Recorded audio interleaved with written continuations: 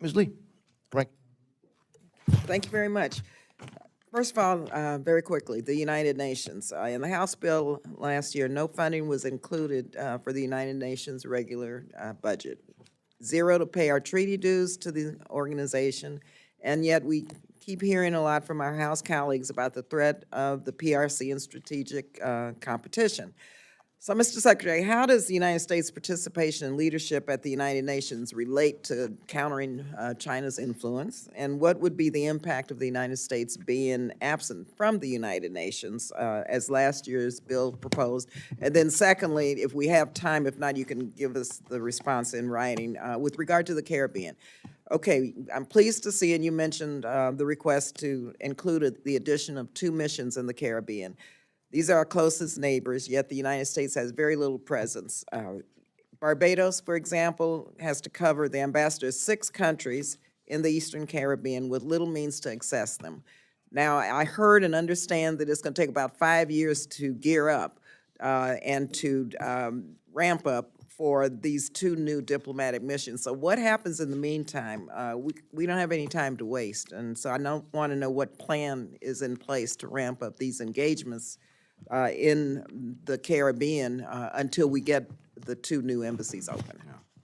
So thank you very much, and I'll try to be quick. Look, on the United Nations, we've seen a very concerted effort by China in recent years to engage, and more than engage, to try to seek positions in the United Nations so that it could have real influence over the direction that the UN takes on virtually every issue under the sun, because whether we like it or not, the United Nations is engaged in pretty much everything. It's engaged in ways that are profoundly helpful to the United States, because if the United Nations were not doing things like feeding children, vaccinating people, looking out for maternal health, making sure that people had access to electricity, et cetera, then either we'd have to be doing it on our own or no one would be doing it, and the world would be a much worse place, and that would inevitably come back to bite us. So in so many ways, it provides absolutely vital functions.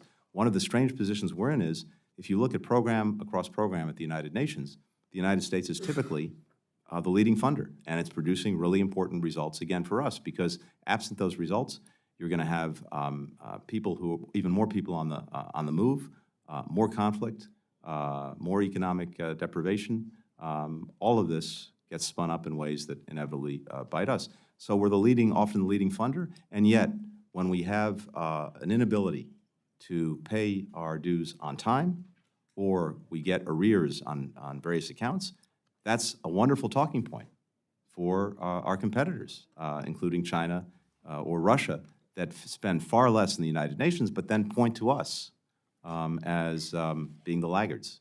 So it just doesn't make any sense, and it actually has practical implications for our ability to sustain programs that are vital to our own national interest.